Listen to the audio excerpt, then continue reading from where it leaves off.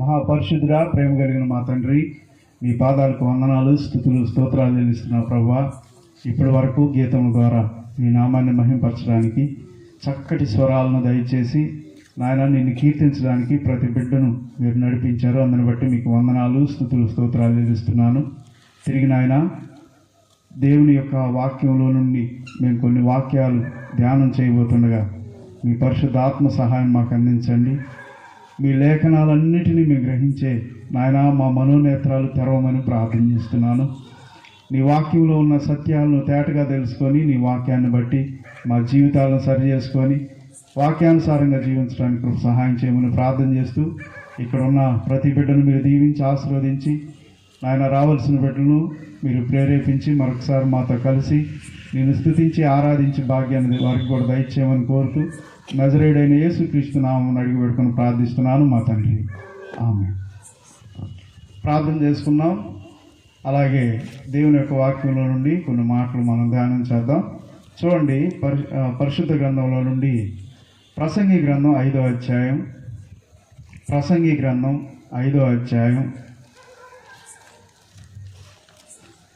మొదటి 2 వచనాలు మనం చదువుకుందాం. ప్రసంగి గ్రంథం 5వ అధ్యాయం మొదటి 2 వచనాలు మనం ధ్యానం చేద్దాం. నీవు దేవుని మందిరమునకు పోవునప్పుడు నీ ప్రవర్తన జాగ్రత్తగా చూసుకొనుము. చాలు. ఈ వాక్యంలో దేవుని మందిరానికి వెళ్ళే ప్రజలకి ఒక మంచి సలహా ఇవ్వడం జరుగుతుంది. దేవుని మందిరానికి వెళ్ళే ప్రజలు ఎలా వెళ్ళాలి, దేవుని మందిరానికి వెళ్ళేవారు ఎలా వెళ్ళాలి అని ఒక ప్రశ్న మనం అడిగితే బైబిల్ ఏం చెప్తుందంటే, నీవు దేవుని మందిరానికి వెళ్ళేటప్పుడు నీ ప్రవర్తన జాగ్రత్తగా చూసుకొని అప్పుడు. కాబట్టి దేవుని మందిరానికి వెళ్ళాలి అంటే ముందు మన ప్రవర్తన జాగ్రత్త చేసుకోవాలి. జాగ్రత్తగా మన ప్రవర్తనను చూసుకొని దేవుని సన్నిధికి రావాలి. ఒక ట్రైన్ మనం ఎక్కాలంటే ఆ ట్రైన్ ఎన్ని గంటలకు వస్తుంది, ఆ ట్రైన్ సమయాన్ని మనం తెలుసుకొని ఆ సమయానికల్లా అక్కడికి మనం చేరుకుంటాం. వేరే ప్రాంతం మనం వెళ్ళాలంటే ఆ ప్రాంతానికి వెళ్ళేటప్పుడు అక్కడ అవసరమైన వాటన్నిటిని మనం సిద్ధం చేసుకొని వెళ్తాం. అలాగే దేవుని మందిరానికి వెళ్ళేటప్పుడు మనం సిద్ధపరచుకోవాల్సింది ఏంటంటే మన ప్రవర్తన సిద్ధం చేసుకోవాలి. దేవుని మందిరంలో మన ప్రవర్తన జాగ్రత్తగా ఉండాలంట, చాలా జాగ్రత్తగా ఉండాలి. ఒక పాట పాడినా, ఒక వాక్యం చదివినా, ఒక ప్రార్థన చేసినా, ఒక వాక్యం బోధించినా, దేవుని మందిరంలో జరిగే ఈ కార్యక్రమాలన్నిటి విషయంలో మన ప్రవర్తన చాలా సరి చేసుకోవాలి. దేవుని మందిరానికి వెళ్ళే మనం మన ప్రవర్తన జాగ్రత్త చేసుకొని మిగిలిన కార్యాలన్నిటిని కూడా చేయాలి. మన ప్రవర్తన దేవుని సన్నిధిలో సరిలేకుండా, మన ప్రవర్తన దేవుని సన్నిధిలో బాగాకుండా మనం ఎన్ని చేసినా అవన్నీ వ్యర్థమైపోతాయి. దేవుని మందిరం అనగా దేవుడు నివసించే స్థలం. దీనికి అందుకే ఆ పేరు వచ్చింది. మందిరం అని లేదు, దేవుని మందిరం. ఎవరిదా మందిరం? దేవుని మందిరం. ఎందుకు? అది దేవుడిది కాబట్టి, దేవుడు అందులో ఉంటాడు కాబట్టి. ఆ ఇల్లు ఎవరిది అంటే ఫలానా వ్యక్తిదండి అని చెబుతాం. ఎందుకని? ఆయన అందులో నివసిస్తున్నాడు కాబట్టి. ఆ ఇల్లు ఎవరిదంటే నా ఇల్లు. ఎందుకని నా ఇల్లు? నేను దానిలో నివాసం ఉంటున్నాను కాబట్టి. అలాగే దేవుని మందిరం అంటే అర్థం ఏంటి? దేవుడు అందులో నివసించేవాడు. దేవుడు నివసించే దేవుని మందిరంలో వెళ్ళేటప్పుడే మన ప్రవర్తనను జాగ్రత్త చేసుకొని వెళ్ళాలి. దేవుని మందిరం యొక్క ప్రాముఖ్యత మనకు అర్థం కాకపోతే దేవుని మందిరంలో దేవునికి ఇవ్వవలసినటువంటి ఆ ఘనత కానివ్వండి, స్తుతి కానివ్వండి, మహిమ కానివ్వండి, ఇవేమి మనం సరిగా చేయలేం. అవన్నీ సరిగా జరగాలి అంటే ముందుగానే మన ప్రవర్తనను జాగ్రత్తగా చేసుకొని రావాలి. చూడండి, దేవుని మందిరంలో చాలా మంది అజాగ్రత్తగా ఉన్నారు. కొందరు దేవుణ్ణి ఆరాధించడానికి ఎంతో జాగ్రత్త పడ్డారు. జాగ్రత్త పడని వారు ఎలాంటి పరిస్థితుల్లో ఉన్నారో, జాగ్రత్త పడిన వారు ఎలాంటి పరిస్థితుల్లో ఉన్నారో మనం తెలుసుకుందాం ఈరోజు. చూడండి, దేవుని వాక్యంలో మనం చూస్తే దేవుని మందిరానికి ఒక మంచి పేరుంది. అసలు దేవుని మందిరం అంటే దేవుడు ఉండే స్థలం అని తెలుసుకున్నాము. రెండవ భాగం ఏంటంటే, దేవుని మందిరం అనగానే దానికి మరొక పేరు చక్కగా రాయబడింది బైబిల్ గ్రంథంలో. చూడండి, ఆదికాండం 28వ అధ్యాయం 18వ వచనంలో 17, 18 వచనాలు చదువుదాం. ఆదికాండము 28వ అధ్యాయం 17, 18 వచనాలు. ఈ స్థలము ఎంతో భయంకరము, ఇది దేవుని మందిరమే గాని కాదు, పరలోకపు గవిని ఇదే. అది చూడండి, దేవుని మందిరానికి యాకోబు పెట్టిన పేరు ఏంటంటే ఇది పరలోకపు గవిని. దేవుని మందిరంలోనికి మన ప్రవర్తన జాగ్రత్త చేసుకొని ఎందుకు రావాలంటే అది పరలోకపు గవిని. దేవుని మందిరానికి మనం వెళ్తున్నామంటే పరలోకానికి వెళ్తున్నట్టే ఒక రకంగా. యాకోబు తన అనుభవాన్ని చెప్తున్నాడు. దేవుని మందిరం అంటే ఏంటో కాదు, పరలోకానికి ద్వారం, అది గవిని ద్వారం. ఇక్కడ మనం నేర్చుకునే ప్రతి విషయం, ఇక్కడ మనం నేర్చుకున్నటువంటి ప్రతి వాక్యము కూడా మనల్ని పరలోకానికి చేర్చేదిగా ఉంటుంది. ఇది దేవుని మందిరం. ఈ దేవుని మందిరం పరలోకపు గవిని. కాబట్టి ప్రియమైన దేవుని బిడ్డలారా, మన ప్రవర్తన ఎందుకు జాగ్రత్త చేసుకోవాలి, ఎందుకు సరి చేసుకోవాలి అంటే దేవుడు నివసించే స్థలానికి మనం వెళ్తున్నాం. రెండవది, పరలోకపు గవిని యొద్దకు ద్వారం దగ్గరకు మనం వెళ్తున్నాం. కాబట్టి జాగ్రత్తగా ఉన్నారు. 10 మంది కన్యకులు అంటే వాళ్ళు చాలా పరిశుద్ధులు. 5 పరిశుద్ధులు కాదు, అక్కడ 10 మంది పరిశుద్ధులే. 10 మంది దేవుని కొరకు జీవించిన వ్యక్తులే. అందుకే కన్యకలు అని రాస్తుంది బైబిల్. కాకపోతే జరిగిన విషయం ఏంటంటే, సిద్ధపడి జాగ్రత్త పడి వెళ్ళిన వారు 5, సిద్ధపడకుండా అజాగ్రత్తతో వెళ్ళిన వారు 5. అది అసలు దాని సారాంశం. 5 అక్కడికి వెళ్ళినప్పుడు మనకి ఏం కావాలి, ఏం జాగ్రత్తలు తీసుకోవాలి అని ఆలోచించి కావలసిన వాటన్నిటిని సమకూర్చుకొని 5 ప్రయాణం చేశారు. మిగతా 5 వారికి కావలసిన వాటిని గురించి ఆలోచన లేకుండా వెళ్ళిపోయారు. పెండ్లి కుమారుడు వచ్చాడు, 5 ఎత్తబడ్డారు, 5 విడువబడ్డారు. ఇప్పుడు ద్వారం దగ్గరికి వెళ్ళారా, లేకపోతే బయట ఎక్కడో ఉన్నారు వాళ్ళు? అక్కడ దాకా వెళ్ళారు. వెళ్ళి, అయ్యా మాకు తలుపుది అంటే మీరెవరో నాకు తెలియదు అన్నాడు. గుర్తుపెట్టుకోండి, అజాగ్రత్తతో ఉండేవాళ్ళు చాలా కోల్పోతారు. దేవుని మందిరంలో అజాగ్రత్త పనికిరాదు. ఎందుకంటే దేవుడు నివసించే స్థలం అది. దేవుని పరలోకపు గవిని అది. కాబట్టి దేవుని మందిరాన్ని చాలా జాగ్రత్తగా మన ప్రవర్తనను చూసుకోవాలి. మనం ఎలా ఉంటున్నాము, ఎలా మాట్లాడుతున్నాము, ఏం మాట్లాడుతున్నాము అనే ప్రతి విషయం మీద మన ధ్యానం ఉండాలి, మన తలంపులు ఉండాలి. అందుకే 5వ అధ్యాయం 1వ వచనంలో ఇంకేం చెప్తున్నాడో చూడండి. నీవు దేవుని మందిరంలోకి పోవునప్పుడు నీ ప్రవర్తన జాగ్రత్తగా చూసుకోను. బుద్ధిహీనులు అర్పించినట్లు బలి అర్పించుట కంటే సమీపించి ఆలకించుట శ్రేష్టము. అంటే దేవుని సన్నిధిలో మనం ఏం చేయాలో చెప్తున్నాడు. ఏం చేయాలంట? దేవుని దగ్గరికి వెళ్ళి ఆయనను సమీపించి ఆయన చెప్పే వాటిని ఆలకించుట శ్రేష్టం. దేనికంటే? బుద్ధిహీనులు అర్పించే బలుల కంటే దేవుని సన్నిధిలో కూర్చొని దేవుడు చెప్పే మాటలు వినడం శ్రేష్టం. దేవుని సన్నిధిలో దేవుడు చెప్పే మాటలు వినడం శ్రేష్టం బుద్ధిహీనులు అర్పించే బలుల కంటే. చాలామంది అండి చాలా రకాలుగా దేవునికి కృతజ్ఞత కానుకలు లేకపోతే అవో ఇవో ఇస్తూ ఉంటారు. వీళ్ళు దేవుని వాక్యం మీద అంత శ్రద్ధ చూపించరు.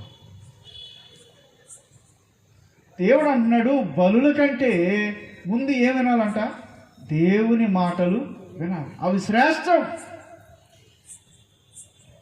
తర్వాత కింద ఏం చెప్తున్నాడు? నీవు దేవుని సన్నిధిని అనాలోచనగా పలుకుటకు నీ హృదయమును త్వరపడనీయకము. అనాలోచనగా ఏ మాట నీ దేవుని సన్నిధిలో నీ నోట రాకూడదు. అనాలోచనతో పలుకుటకు త్వరపడవద్దు అని బైబిల్లో రాయబడుతుంది. యాకోబు పత్రికలో మనం చూస్తే యాకోబు రాసిన పత్రిక 1వ అధ్యాయం 19వ వచనంలో ఆయన చెప్తా ఉంటాడు, వినుటకు వేగిరపడి రండి, మాట్లాడుటకు నిదానించండి. అంటే దేవుని సన్నిధికి ఎందుకు రావాలి మనం అంటే దేవుని మాటలు వినడానికి రావాలి. దేవుని మాటలు వినడానికి రావాలి. అనాలోచనతో మనం ఏది పలుకకూడదు. ఆ తర్వాత కింద వచనంలో ఏం చెప్తున్నాడు? 2వ వచనంలో నీవు దేవుని సన్నిధిని అనాలోచనగా పలుకుటకు నీ హృదయమును త్వరపడనీయక నీ నోటిని కాల్చుకొనుము.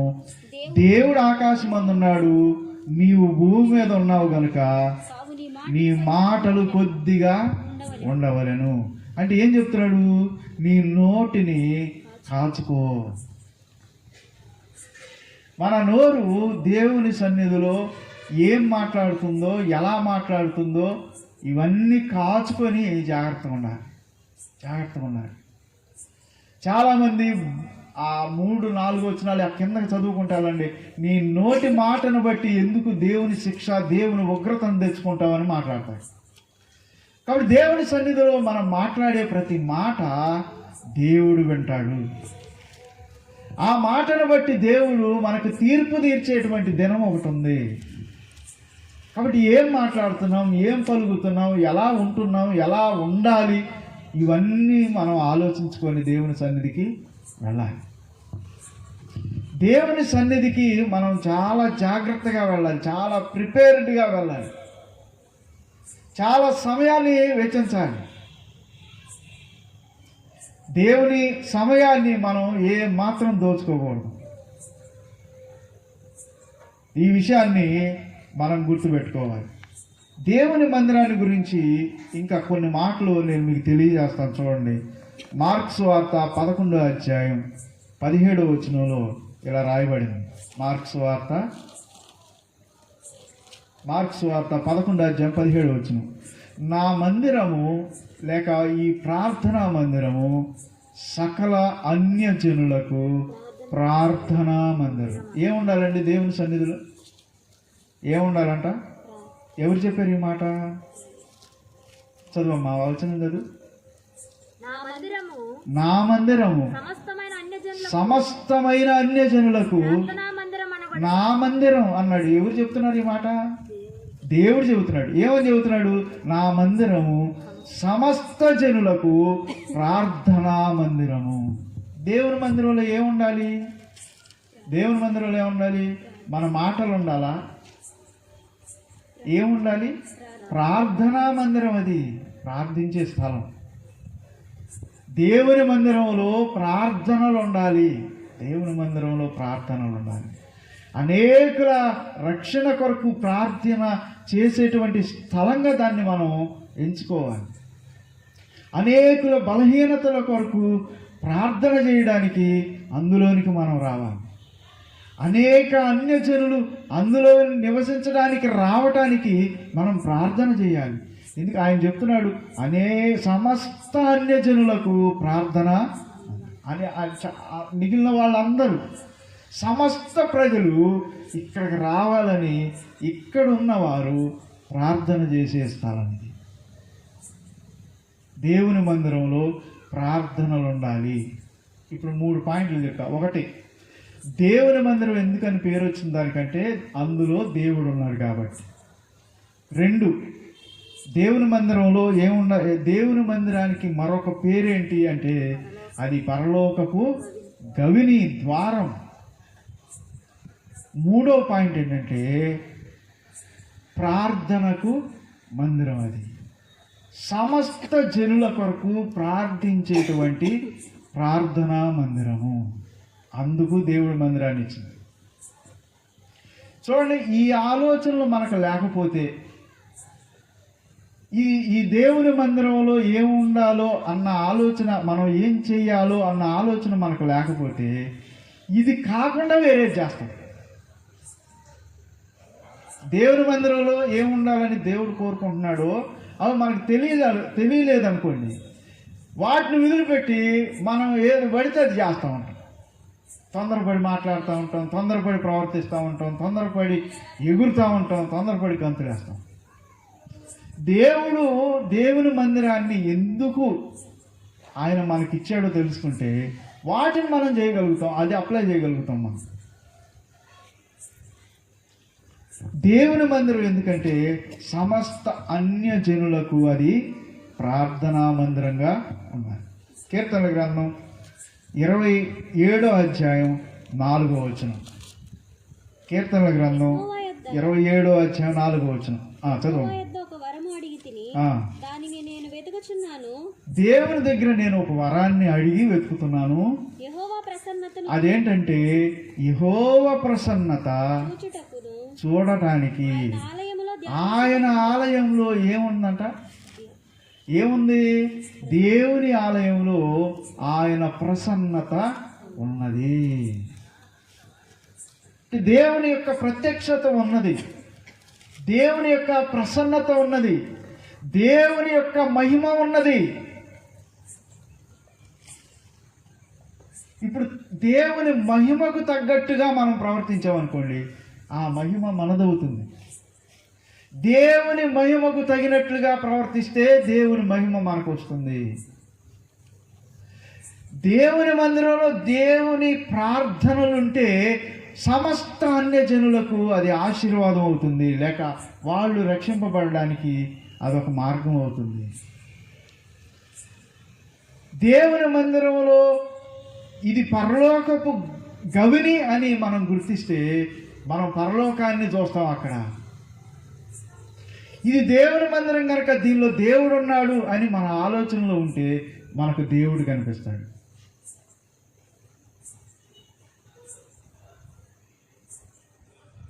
కాబట్టి మన మైండ్ సెట్ మొత్తం మార్చుకోవాలి, మొత్తం మారిపోవాలి. చాలా టెన్షన్లు, చాలా పనులు, చాలా బిజీ పెట్టుకొని కనుక మనం ఇక్కడ కూర్చుంటే ఎందుకు పనికిరాము. మన మైండ్లో చాలా బిజీ షెడ్యూల్ ఉంటే కుదరదు. ప్రార్థనకు సిద్ధపాటు అవసరం. చాలా పీస్గా రావాలి. దేవుడు నాతో ఏం మాట్లాడతాడు, ఈరోజు పరలోకానికి నేను చేరడానికి ఏం నేర్చుకుంటాను, నేను ఈ ఎక్స్పీరియన్స్ చేయడానికి సిద్ధపడి ఆత్రంగా రావాలి. మార్త అనేకమైన పనులు పెట్టుకొని ఎలా ఉంది చెప్పండి, తొందరపడిపోతుంది. బైబిల్లో ఏం చెప్తుంది? నువ్వు దేవుని మందిరంలో తొందరపడద్దు ఉందా లేదా? మార్త ఎందుకు తొందరపడుతుంది? చాలా పనులు ఉన్నాయి ఆమెకి. ఇప్పుడు బుద్ధిహీనుల లిస్టులోకి వెళ్ళిపోయింది తెలుసా మార్త. యేసుప్రభు వచ్చాడు కాబట్టి వండి పెట్టాలన్న ఆలోచన ఉంది, కానీ ఆయన ఉద్దేశం తెలియట్లా ఆమెకి. ఆయన ఏం ఆలోచిస్తున్నాడో తెలియట్లా. మార్త భోజనం పెట్టలేదని దేవుడు అడగడండి. ఆయన శిష్యులు 12 మంది ఉన్నారు. ఆయనకు ఆకలి వేస్తే వాళ్ళని అడుగుతారు, వాళ్ళు తెచ్చి పెడతారండి. వారి దగ్గరికి రాక వచ్చినప్పుడు ఆయన ఏమనుకున్నాడంటే వీళ్ళకి ఏదన్నా కాస్త పరలోకానికి సంబంధించి మంచి బోధ చేసిపోవాలని ఆయన వస్తే ఆమె వంట మొదలుపెట్టి మరియ ఏం చేసిందంట? ఆయన పాదముల యొద్ద కూర్చొని ఆయన మాటలు వినుచుండెను. కాబట్టి దేన్ని మనం ఎంచుకుంటున్నాం? బుద్ధిహీనుల మార్గాన్ని ఎంచుకుంటున్నామా దేవుని సన్నిధిలో, లేక మార్త ఎంచుకున్న మార్గం ఎంచుకుంటున్నాం? దేవుని సన్నిధిలో ఏం చూడాలనుకుంటున్నాడంట? అది కూడా దేవుణ్ణి రిక్వెస్ట్ చేస్తున్నాడు, అయ్యా నేను నిన్ను ఒకే ఒక్క వరం అడుగుతున్నాను. ఏంటో తెలుసా? నీ సన్నిధిలో నేను నీ ప్రసన్నతను చూడాలి. దేవా నీ సన్నిధిలో నేను నిన్ను చూడాలి. దేవా నీ సన్నిధిలో నేను పరలోకాన్ని చూడాలి. దేవా నీ సన్నిధిలో సకలమైన అన్ని జనులను నేను చూడాలి. దేవా నీ సన్నిధిలో నీ ప్రసన్నతను నేను చూడాలి. ఇది కదా మనం ఆలోచించాల్సింది దేవుని సన్నిధిలో. ఇవి కదా మన తాట్లోకి రావాల్సింది. చూడండి ఇంకా బైబిల్లో ఇంకేం రాయబడి ఉందో. లూకాసు వార్త 21వ అధ్యాయం 37వ వచనంలో, ఆయన ప్రతిదినము పగటియందు దేవాలయంలో బోధించుచు రాత్రివేళ ఒలీవల కొండ వెళ్ళుచు. ఏం చేస్తున్నాడంట? ప్రతి ఉదయం యేసు ప్రభు దేవాలయానికి ఎందుకు వెళ్తున్నాడు? ఆయన బోధించడానికి వెళ్తున్నాడు. దేవుని మందిరంలో మనం ఏం వినాలి చెప్పండి. ఇది వాక్యం కాదు, ఇది బోధ.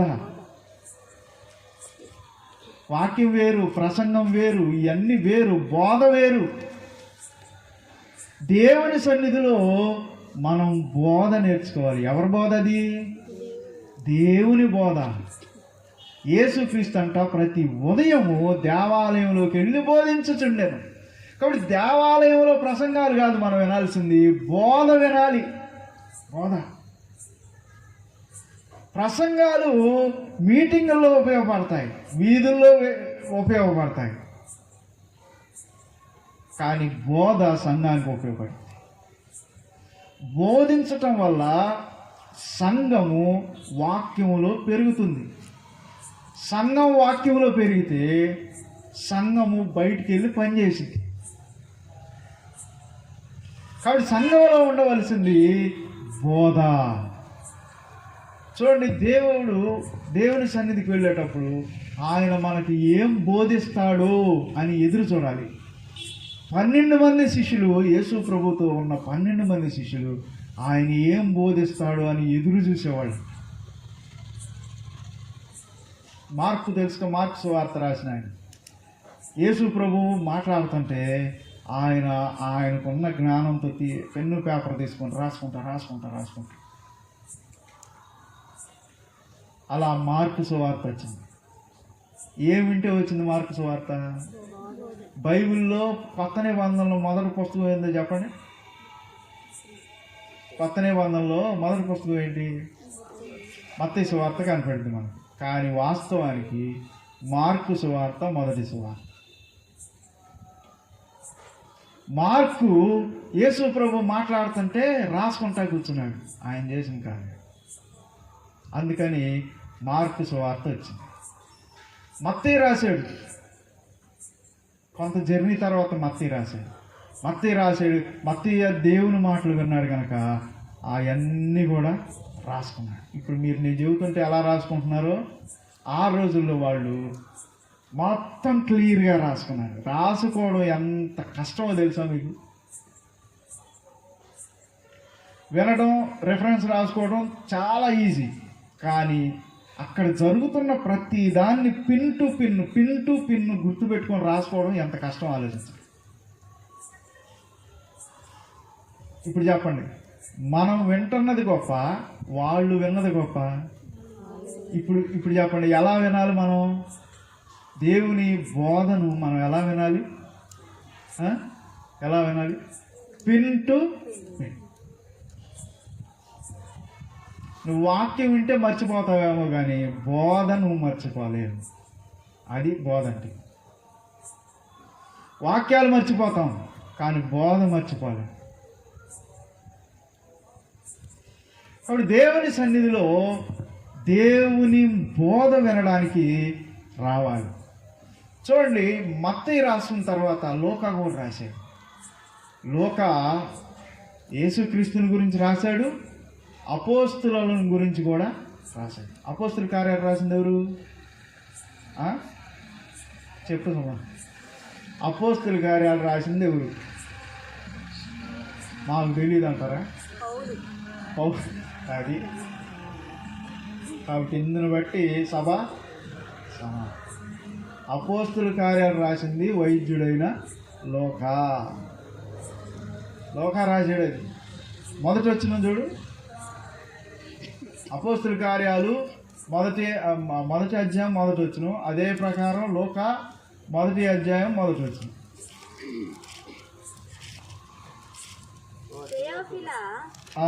యేసు తాను ఏర్పరచుకొనిన అపోస్తలులకు పరిశుద్ధాత్మ ద్వారా ఆజ్ఞాపించిన తరువాత ఆయన వరమునకు చేర్చుకొనబడిన దినము వరకు ఆయన చేయుటను బోధించుటకును ఆరంభించిన వాటన్నిటిని కూర్చిన మొదటి గ్రంథము రచించింది.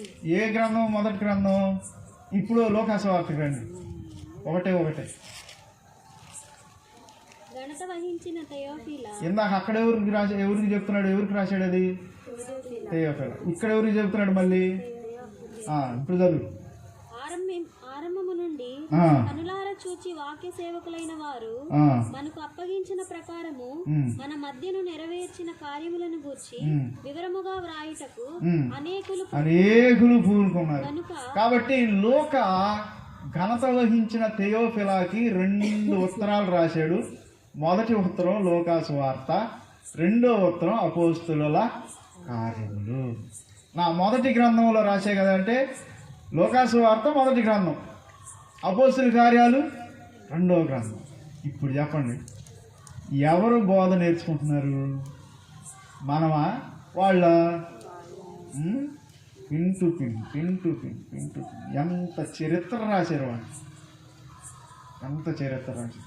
ఇప్పుడు చెప్పండి, మనం ఎందుకని ఈ స్థితిలో ఉన్నాం, వాళ్ళు ఎందుకు ఆ స్థితిలో ఉన్నారో మీకు అర్థమైపోయింది. కాబట్టి ప్రసంగాలు కాదు, బోధ కావాలి. యేసు ప్రభు బోధిస్తే రాసుకున్నారు వాళ్ళు. అసలు దీని కథ ఏంటి, స్క్రీన్ ప్లే ఏంటి, నిర్మాత ఎవరు, దర్శకుడు ఎవరు, సంగీత ఎవరు, నటించిన వాళ్ళు ఎవరు, అందరూ వస్తారు దీన్ని. కాబట్టి దేవుని మందిరంలో దేవుని బోధ ఉంటుంది. బోధ కొరకు వెళ్ళాలి. ఇంకో మాట చూద్దాం, ద్వితీయోపదేశ కాండంలో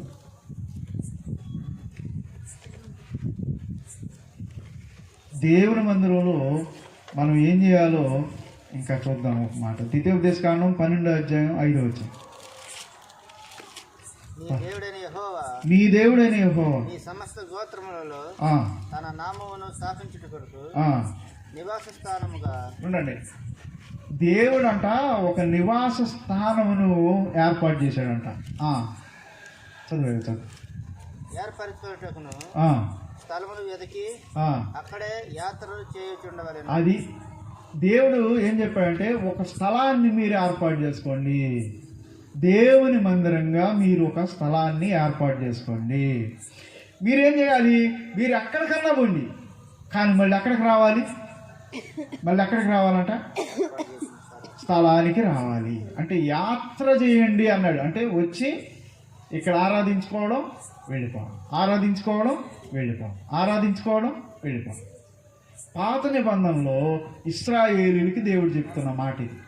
మీరు దేవుని మందిరాన్ని ఏర్పాటు చేసుకొని యాత్ర చేయండి అని చెబుతూ, తర్వాత కింద వచ్చిన వాళ్ళు ఏం చెప్తున్నాడు?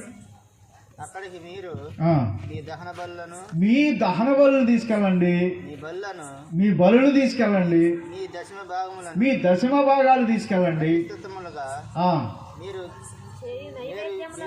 నైవేద్యములను, మీ మొక్కుబడి అర్పణలను, మీ స్వేచ్ఛార్పణలను, పశువుల్లోను గొర్రె మేకల్లోను తొలిచూరి వాటిని తీసుకొని రావాలను. అది మీకు ఎక్కడైతే దేవుని మందిరం ఉందో ఆ మందిరానికి మీరేం చేయాలి? యాత్రికులుగా ఉండాలి. అంటే మీకు ఏర్పాటు చేసినటువంటి మందిరాన్ని మీరు వస్తూ వెళుతూ, మీరు వచ్చేటప్పుడు ఏం చేయాలంట? దహన బలులు కానీ, కానుకలు కానీ, అర్పణలు కానీ, మేకలు కానీ, గొర్రెలు కానీ, దేనినైనా సరే మీరు తీసుకొని ఎవరికి ఇవ్వాలి?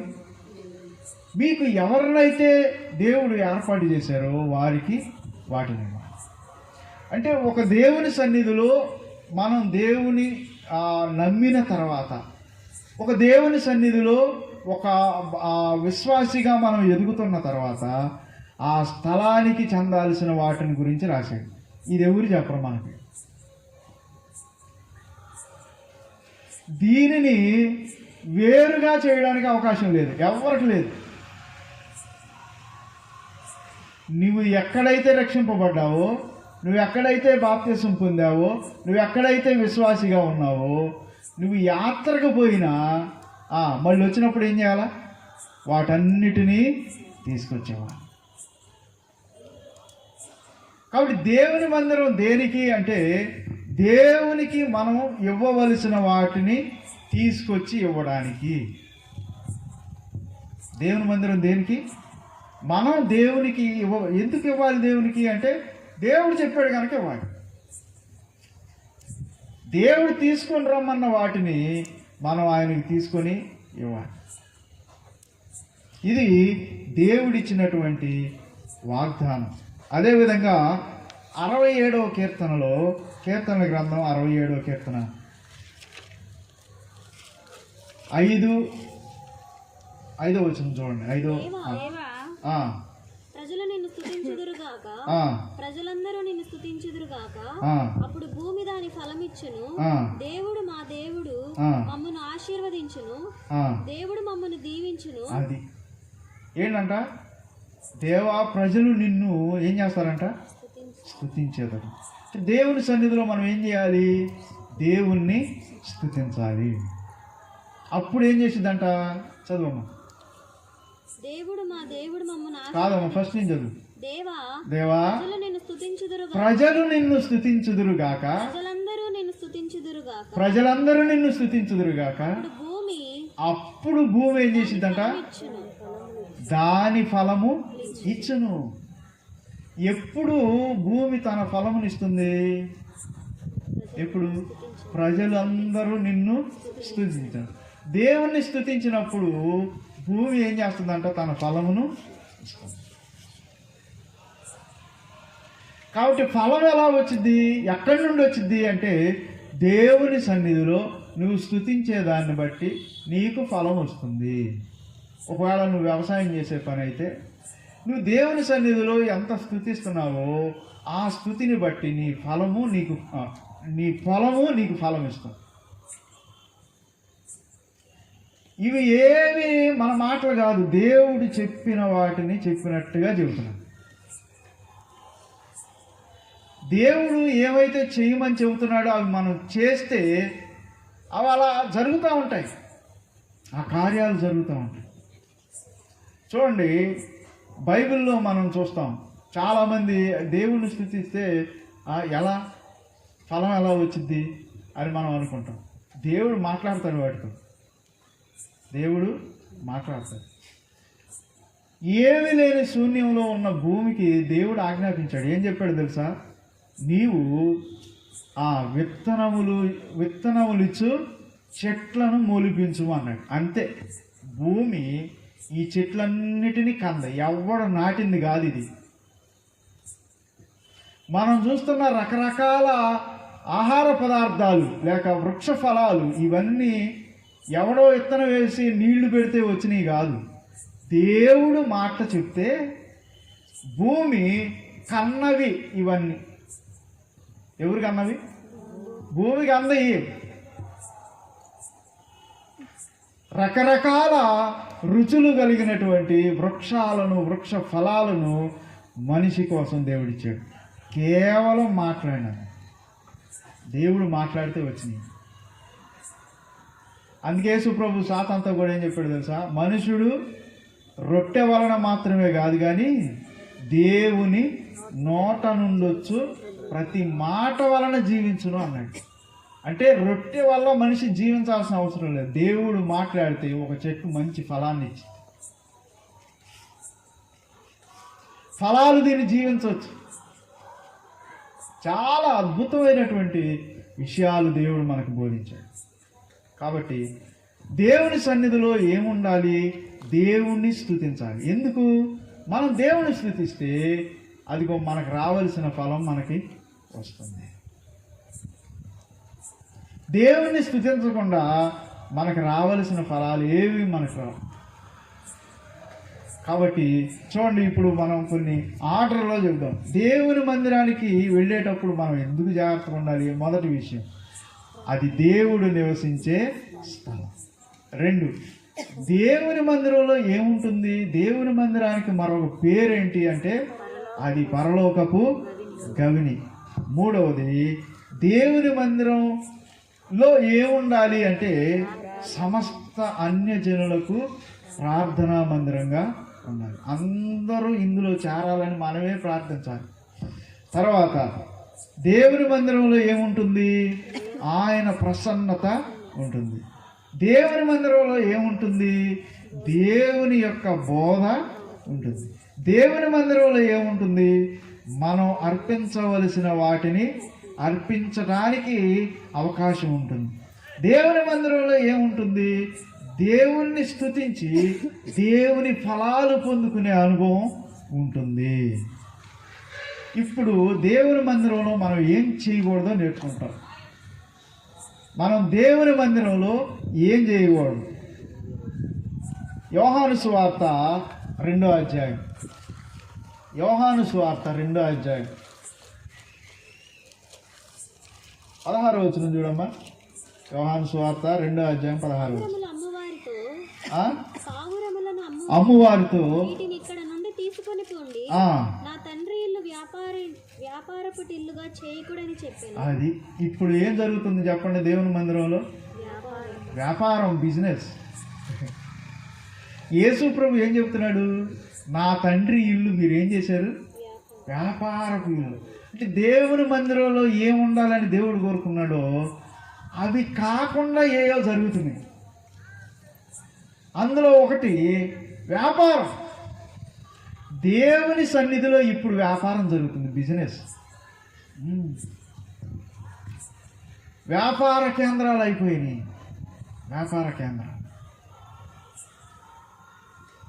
ఒకడేమో గొర్రెలను అమ్ముతాడు, ఒకడేమో పావురాళ్ళు అమ్ముతాడు.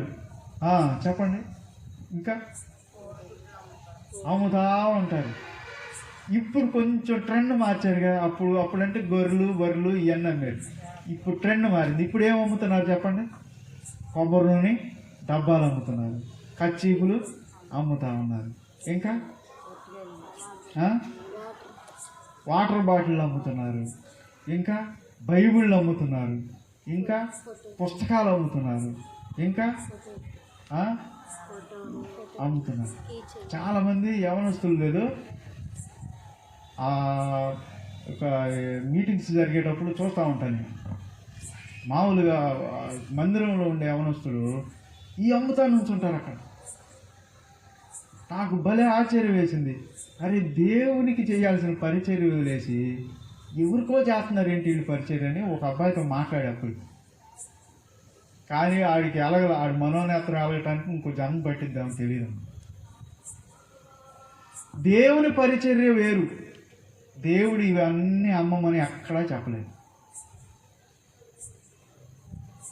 దేవుని సన్నిధి వ్యాపారం కాదు, ప్రజలను పోగేసుకునేది కాదు, వ్యాపార కేంద్రం కాదు. ఇవన్నీ చేయకూడదు దేవుని సన్నిధి.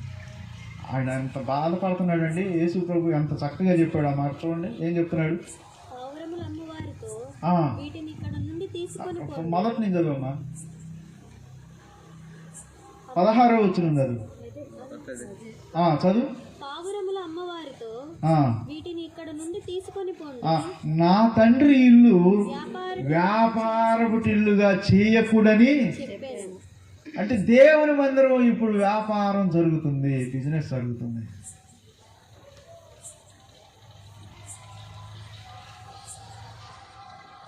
నేను ఎవరిని విమర్శించను, కానీ దేవుని మందిరంలో విశ్వాసులు, దేవుని పిల్లలు చేయాల్సిన పనులు వదిలేసి ఏమంటే మిగతా కార్యక్రమాల్లో మనం పాల్పొందకూడదు,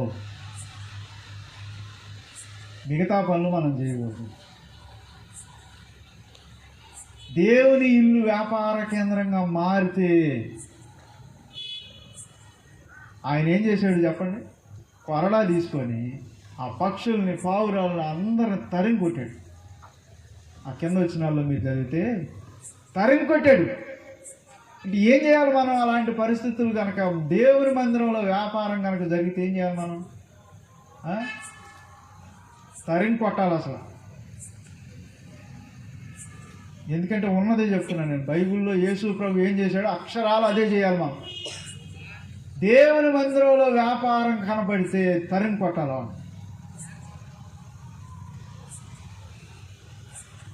చూడండి, దేవుడు ఎంత స్పష్టంగా చెప్పాడు. దేవుని మందిరంలో ప్రజలు ఎలా ఉండాలో, ఎలా ప్రవర్తించాలో ఆయన చెప్తూ వచ్చాడు. ఇంకా కొన్ని వచనాలు నేను చూపించి ముగిస్తాను. లేవియా కాండం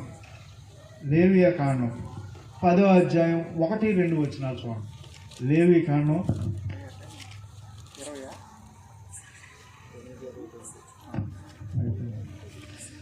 10వ అధ్యాయం 1-2 వచనాలు. అహరోను కుమారులైన నాదాబు, అబీహులు తమ తమ ధూపార్తులను తీసుకొని వాటి నిప్పులుంచి వాటి మీద ధూపద్రవ్యం వేసి యెహోవా తమకు ఆజ్ఞాపింపని వేరొక అగ్నిని ఆయన సన్నిధికి తేగా. దేవుని సన్నిధికి దేవుడు ఆజ్ఞాపింపని వేరొక అగ్ని. దేవుని సన్నిధిలో మొదటగా జరుగుతున్న తప్పేంటి? వ్యాపారం జరుగుతుంది, ఇది జరగకూడదు. ఒకవేళ జరిగితే దాన్ని తరిమి కొట్టాలి అని దేవుడు చెప్పాడు. ఇక రెండో పాయింట్, దేవుని సన్నిధిలో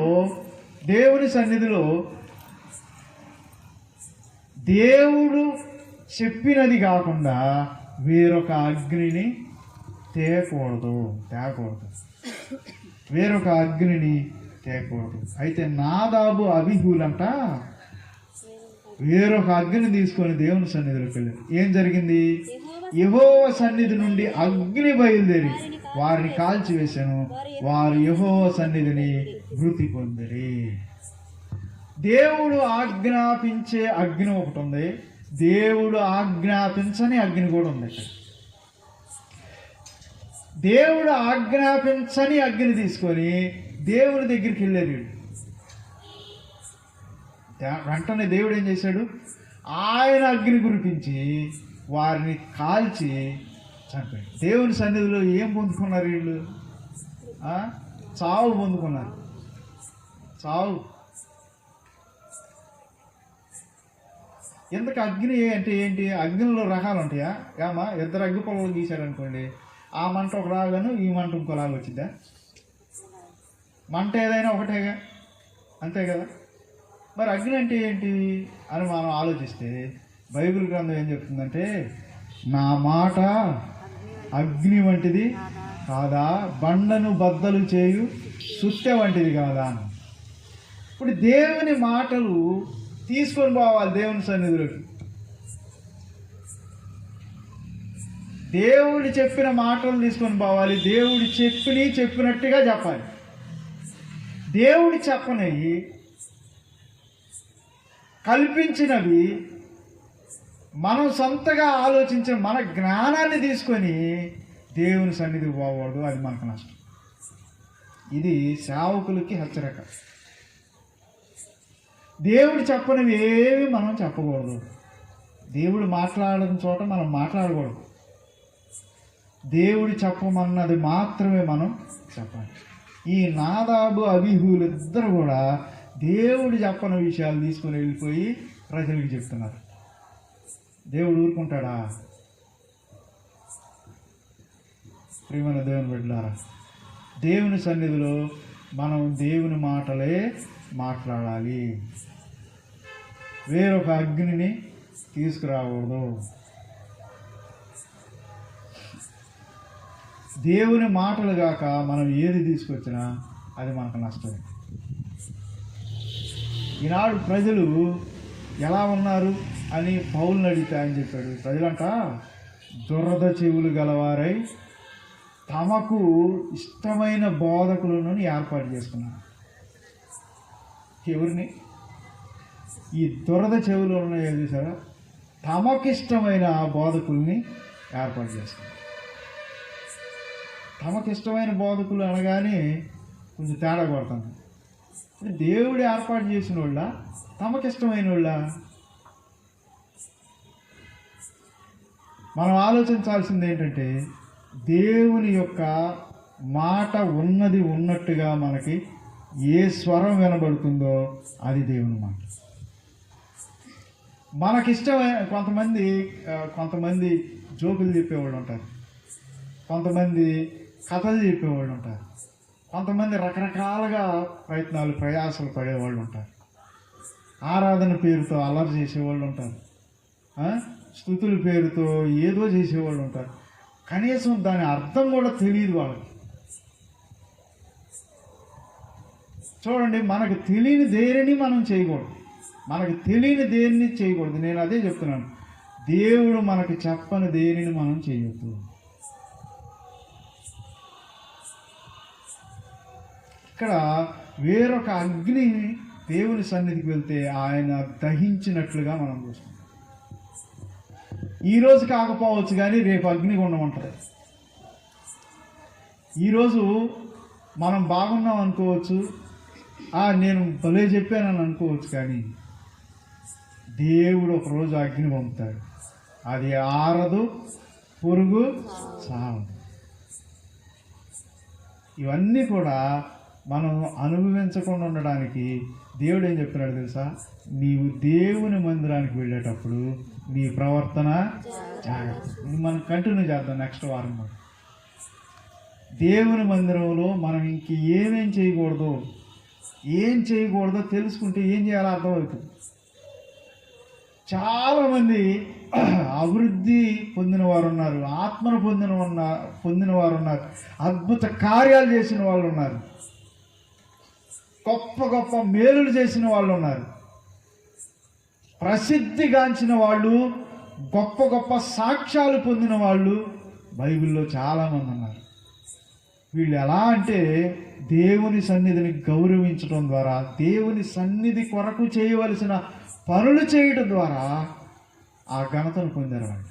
ఎవరి ద్వారా? ఒకటి సంఘం, 2 సంఘం కొరకు కష్టపడి ప్రయాసపడినటువంటి అపోస్తలులు, 3 సాక్షాత్తు దేవుడే సాక్ష్యం ఇచ్చాడు. వీళ్ళు దేవుని సన్నిధిలో చేయాల్సిన కార్యక్రమాలన్నీ తెలుసుకొని చేయడం ద్వారా 3 విలువైన వ్యక్తుల ద్వారా సాక్ష్యం పొందారు. ఒక సంఘం ద్వారా సాక్ష్యం పొందారు, దేవుడు ఏర్పాటు చేసిన 12 మంది అపోస్తలుల ద్వారా సాక్ష్యం పొందారు, అలాగే సాక్షాత్తు దేవుని ద్వారా సాక్ష్యం పొందారు. ఇప్పుడు చెప్పండి, మనం ఎవరి ద్వారా సాక్ష్యం పొందాలి? ఎవరి ద్వారా? దేవుని ద్వారా పొందాలి. దేవుని ద్వారా సాక్ష్యం పొందాలంటే మనం దేవుని సన్నిధిలో ఎలా ఉండాలో పూర్తిగా తెలుసుకోవాలి. పూర్తిగా తెలుసుకోకపోతే మనం ఎలా పడితే అలా ఉంటాం, ఎలా పడితే అలా చేస్తాం. ఆడు ఎగురు అంటే ఎగరతాం, కూర్చో అంటే కూర్చుంటాం, డాన్స్ చేయంటే వేస్తాం. ఎందుకు? అయ్యగారు చెప్పాడు కదా, 8 వేయక మన పని స్టెప్పులు. కాబట్టి ఇది కాదు, ఇది కరెక్టా కాదా, ఇది చెయ్యాలా చేయకూడదా, చెయ్యమని చెప్పాడా చేయొద్దు అన్నాడు, మన మైండ్కి పెట్టాలి, పొదును పెట్టాలి. అలా చేయడం ద్వారా నువ్వు ఎంత సాక్ష్యం పొందుతావో. నేను ఎప్పుడు ఆలోచిస్తాను, దేవుని కోసం నేను ఏదైనా చేయడానికి రెడీగా ఉన్నానా లేదా అని ఆలోచిస్తాను. డబ్బు నన్ను ఆపలేదు, పిల్లలు నన్ను ఆపలేరు, భార్య నన్ను ఆపలేదు, కుటుంబం నన్ను ఆపలేదు, ఇంకొకటి నన్ను ఆపలేదు. నన్ను ఆపగలిగేది ఏదన్నా ఉంటే చెప్పండి అని అడుగుతాను నేను.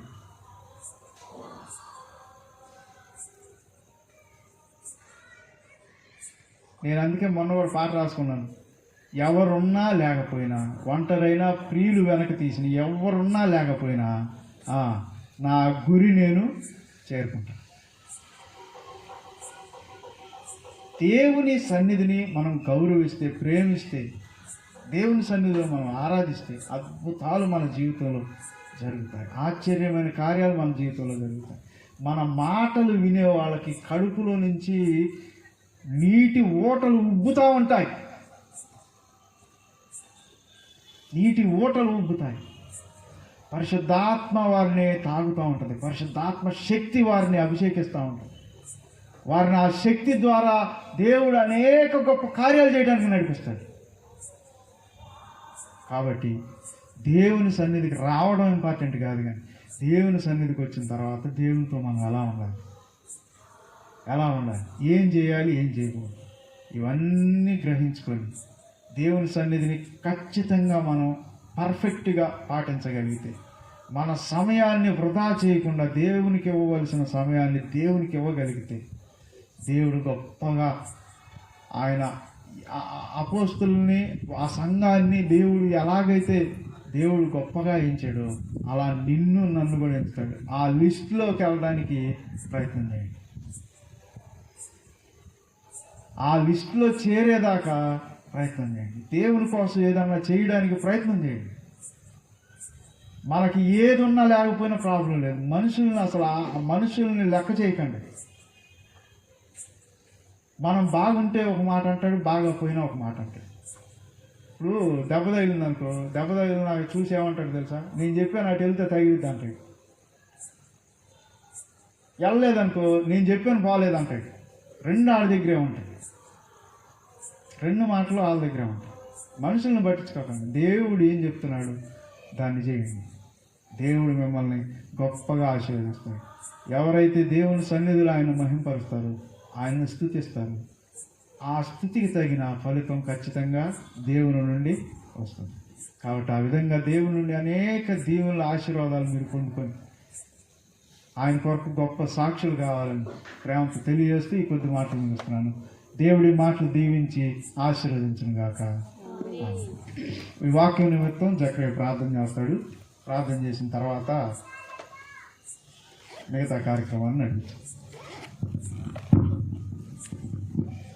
ప్రార్థన చేసుకుందాం. మహాపరిశుద్ధుల జీవన తండ్రి, నీ స్తోత్రాలైనా పరిశుద్ధాత్మ దేవ ప్రభా, ఇంతవరకు నీ ప్రియబిడ్డ ప్రభా దేవుని మందిరం ఏమిటని బోధించారు ప్రభా.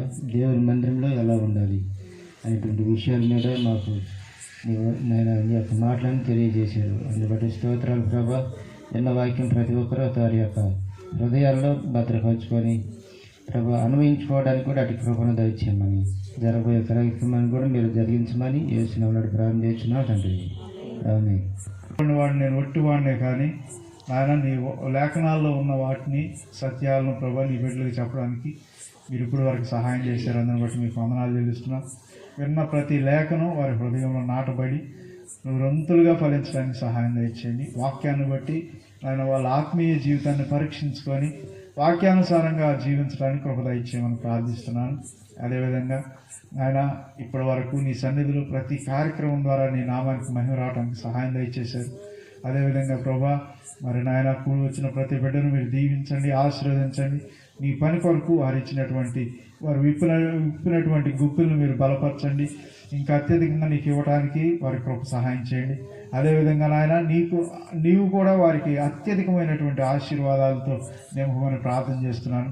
వారి మానసిక పరిస్థితులు, ఆర్థిక పరిస్థితుల్లో, శారీరకమైనటువంటి పరిస్థితుల్లో మీరు వారికి తోడుగా ఉండండి, నీడగా ఉండండి ప్రభా. వారు ఏ అవసరతలో ఉన్నారో యేసు నామములో ఆ అవసరతలన్నీ తీర్చబడును గాక.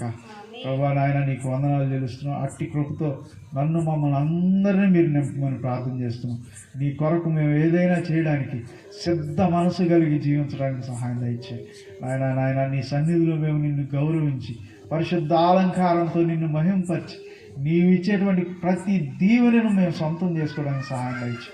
ఒకవేళ మా మనసులో ఏవైతే పేరుకుపోయినాయో ఆ పాత ఆలోచనలన్నింటినీ తొలగించుకుని ప్రభా ఈ నూతనమైన ఆలోచనలతో నీ సన్నిధిలో మేము గడపడానికి నీవు ఇచ్చేటువంటి ప్రతి నూతనమైన వరాలను సొంతం చేసుకోవడానికి కృప సహాయం చేసి అట్టి కృపతో కూడి ఉన్న ప్రతి బిడ్డతో నాయన మాట్లాడినందుకు నింపమని ప్రార్థన చేస్తూ మరొకసారి మేము ఈ రీతిగా కలుసుకొని స్తుతించి ఆరాధించి మహిమపరిచే పర్యంతరం మీ కృపమైన దేవుని మాకు దయచేయండి.